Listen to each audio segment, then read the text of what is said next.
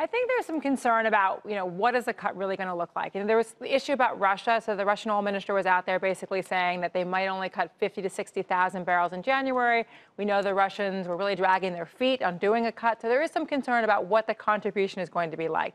Still lingering concern about, will Saudi really do it? I mean, they're scheduled to cut by like 900,000 off the November numbers. I mean, they're saying they're going to go from 11.1 to 10.2 in January. I think the market really wants to see Saudi resolve at this point. And then there's just the lingering fears about demand, the lingering fears about a recession, slowdown, trade wars. So I think we really need to see this sort of work through the system. And let's be clear, it's been 5 days. You don't get 1.2 million barrels off the market in 5. It's going to take time. It's going to take time. Also, there was some discussion about maybe they would do more, sort of a 1.4, 1.5 number. So some people are out there saying, is 1.2 really enough with U.S. shale coming back, with demand basically potentially slowing? So I just think we need to wait a while, wait into January, February to see the effects of this cut.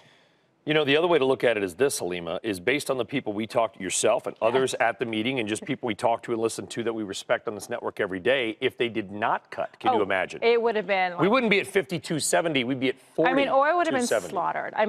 I think that is ultimately what got these countries to come together. Because as you know, Brian, this was one of the most contentious OPEC meetings. I mean, it has been decades since we've basically gone for a multi-day meeting. I mean, they were struggling so hard to get this agreement together. I mean, I think the Iranians were about to walk out. The Qataris quit on Monday. So we were going into a very difficult discussion. I think it was the fear of 30 that got them together. Well, we had that video, by the way. We got the Iranian oil minister as he walked. And the only reason that we got it, well, thank you. We got it because we had heard a little birdie whispered in my ear that he may be storming out. So we kind of got into a position where the point is he left early. He left early. And we heard people after the meeting, that's when people talk, that there was actual screaming. Oh, no. I mean, screaming in the room. Yeah, I mean, we heard he basically shouted for 48 hours. I think what is amazing, besides the fact that he can keep going like that, is the fact that the Russians were really essential. And I think that is a really changed political dynamic. I mean, nothing really moved till Alexander Novak showed up on Friday morning, the Russian oil minister, and basically did family therapy for OPEC. Like, he had all of his individual meetings,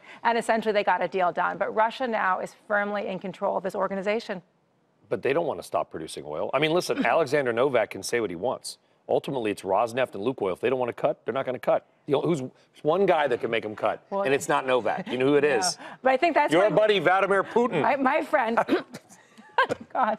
But no, but seriously, I mean, Novak had to go home to Putin to get the deal done. Putin signed off on this.